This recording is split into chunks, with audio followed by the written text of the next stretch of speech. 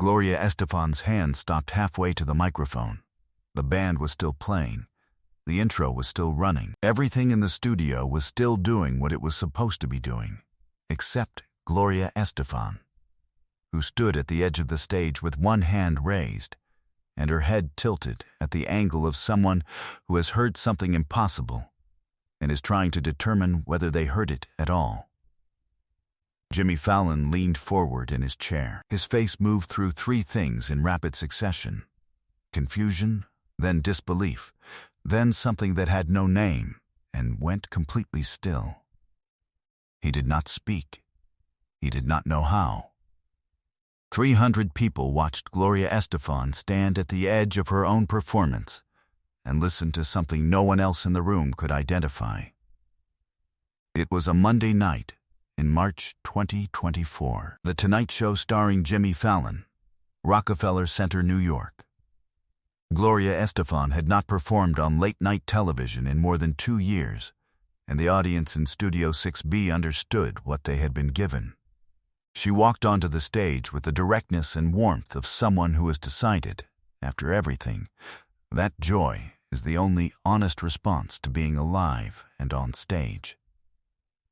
The audience gave her what they always give her, not routine applause, but the specific warmth of people greeting something that has been part of their lives for so long it is no longer separable from the lives themselves. The first song was everything the room wanted. The rhythm, the brightness, the particular feeling of a Gloria Estefan song in a live space, fuller than it sounds anywhere else, more present, like something that has been waiting to expand into a room and has finally found one large enough. 300 people were on their feet before the second chorus. The Roots locked in behind her, and the studio came alive with the specific, undeniable energy of a performance that has forgotten it is also a television production. Then she took her place at the microphone for the second song. A ballad. Quieter, the band easing into the introduction, the tempo dropping, the room shifting into a different kind of listening. Gloria Estefan raised the microphone. She drew a breath. And from somewhere in the middle section of the audience, not from the speakers, not from the band, not from any source that belonged in a television studio on a Monday night in March, came a sound. Not loud, not amplified, not asking to be anything other than what it was.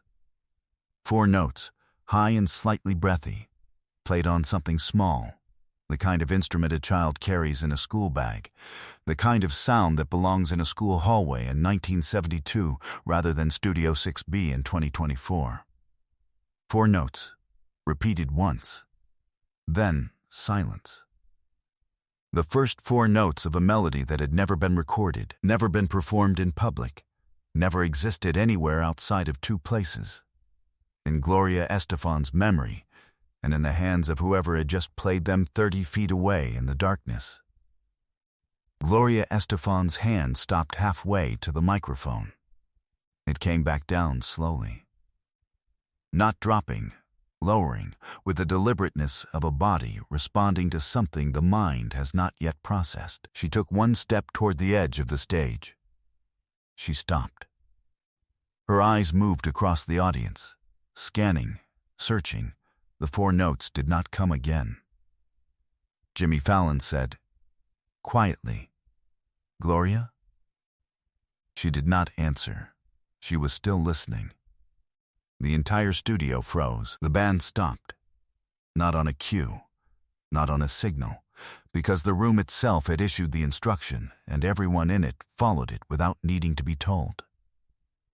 Questlove's sticks came to rest. The floor director stood with his clipboard at his side, unmoving, the cameras held wherever they were pointing. Nobody in the control booth reached for anything. Was she ill? Had the voice that had already survived the unimaginable, that had come back from a shattered spine and proven what coming back looks like, had something happened to it again, here, now, in front of 300 people, and a live broadcast? The audience held its breath with the particular fear of people who love something and are watching it go uncertain. Then Gloria Estefan raised the microphone to her lips, and she spoke. Not sang, spoke. 2 words, quiet enough that only the microphone made them audible to the room. Who's playing? 300 people held their breath. To understand what happened next, you need to understand what happened in the summer of 1972. Gloria Estefan wasn't always Gloria Estefan. The voice, the survivor, the woman who came back when the world said the road back did not exist.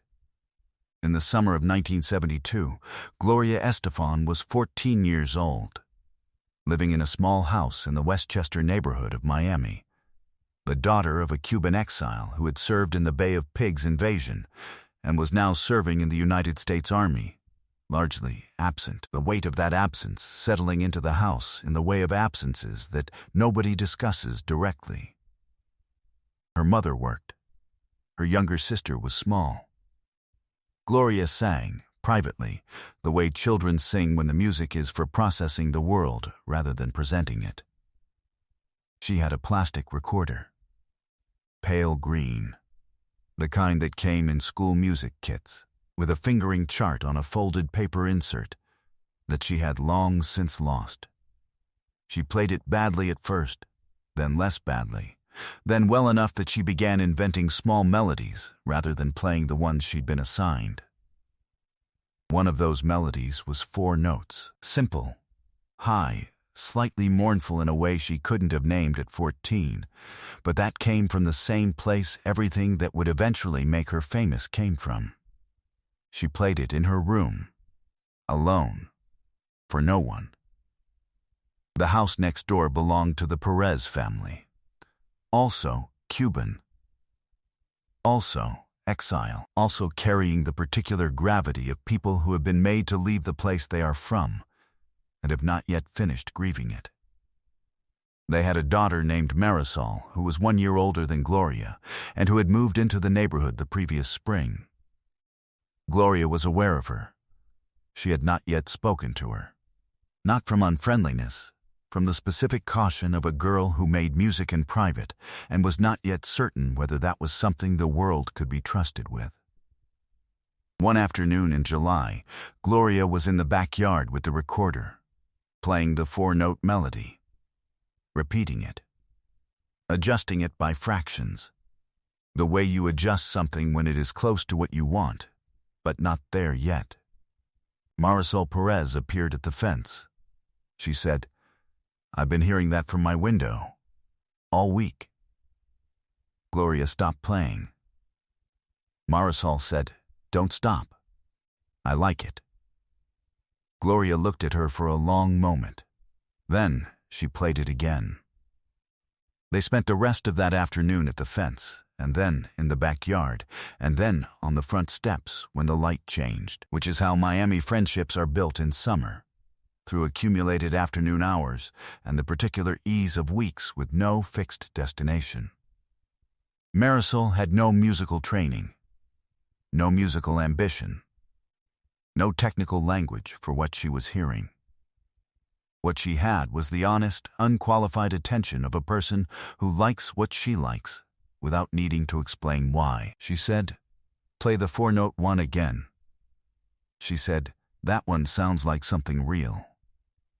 She said, more than once, and with the easy certainty of someone who had no idea how much the words would matter, "You should keep writing things. You're good at it." These were not sophisticated observations. They were the observations of a 15-year-old who did not know enough to hedge them with caution. And because they were unhedged, because they arrived without qualification, without the professional uncertainty that surrounds music in the industry that would eventually consume Gloria Estefan's life, they reached her somewhere that more carefully worded praise might not have reached. Marisol Perez was not telling her she was talented. She was telling her she was worth listening to. At 14, in a house weighted with absence, that second thing was worth more than the first. They were inseparable for 2 years. Marisol was the first person Gloria ever sang for on purpose. Not through a wall, not accidentally, but directly, choosing to be heard by one specific person who had asked to hear her. The pale green recorder traveled between their houses constantly. Gloria composed small pieces on it. Marisol listened with the same uncomplicated faithfulness every time and said only, "That one. Keep that one." In 1975, Gloria joined Emilio Estefan's band. The music began to become something larger than the backyard at the fence. The world began to open in the way it opens for certain people, suddenly, completely, with no available slowness. Marisol's family moved to Hialeah that same year. Not far, not a clean break, but enough of a distance that the daily afternoons dissolved. They kept in touch by telephone for a few years. Then, less. Then, the Miami Sound Machine was everywhere, and Conga was on every radio, and Gloria Estefan was a name the whole world recognized, and Marisol Perez was married with children in Hialeah, building the ordinary, necessary, irreplaceable life she had always been going to build. And the distance between those two lives was too wide for a phone call to cross without awkwardness. Marisol kept the recorder. She had borrowed it once, decades earlier, and it had simply never made its way back. She kept it through 2 moves and a divorce and a remarriage, and the long accumulation of a life fully lived. It sat in a box, then a drawer, then a closet shelf. Not displayed. Not forgotten, kept, the way you keep something from the time before your life had its adult shape, as evidence that that time was real.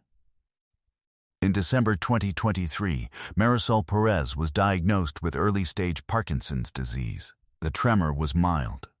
The medications were managing it.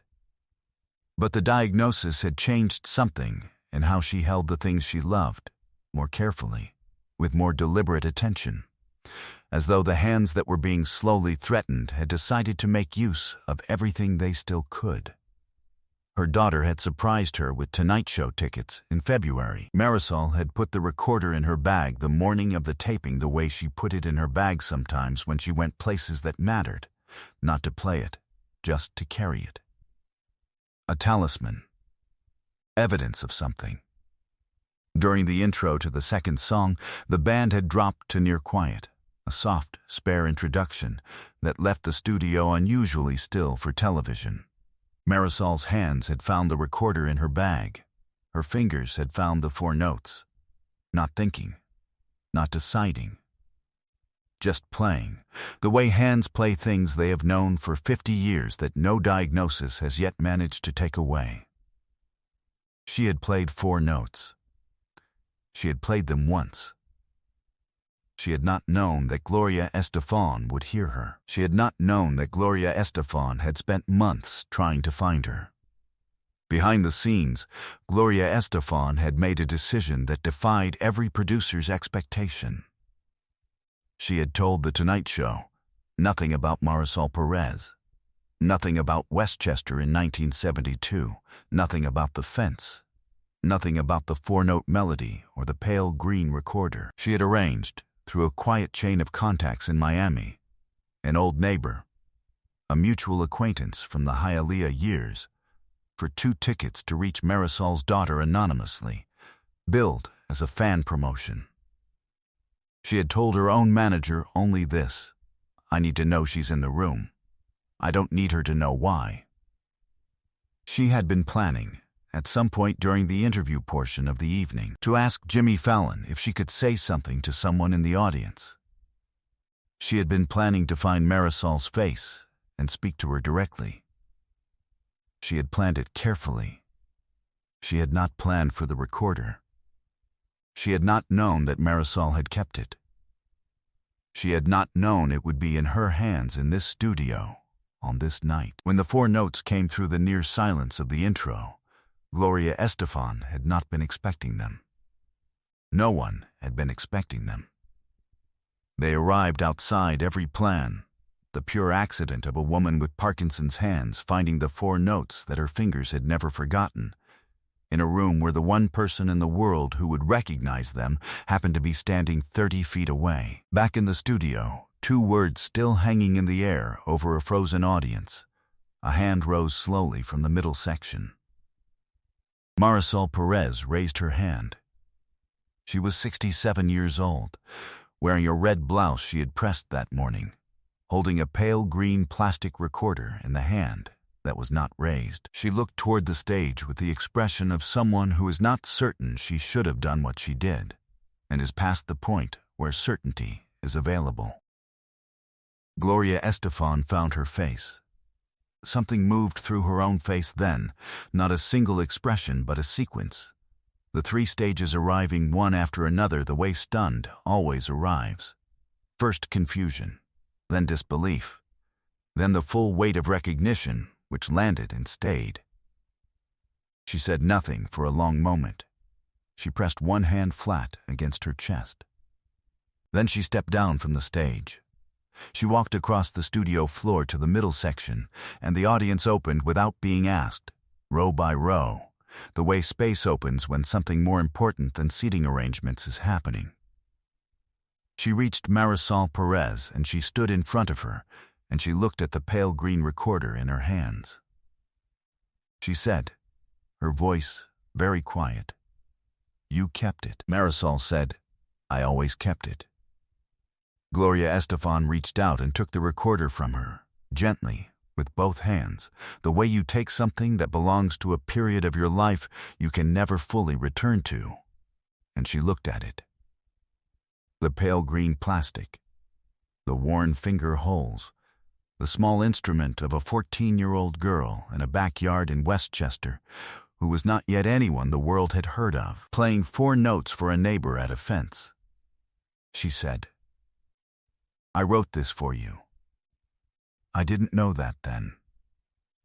But I did." Marisol's hands were in her lap, trembling slightly in the way they trembled now, the Parkinson's tremor that medication could manage, but not erase. She said, "I know. I always knew it sounded like something that had someone in it, but this is the moment no one in the studio, and no one watching at home, ever saw coming." Gloria Estefan raised the recorder to her lips, and she played the 4 notes.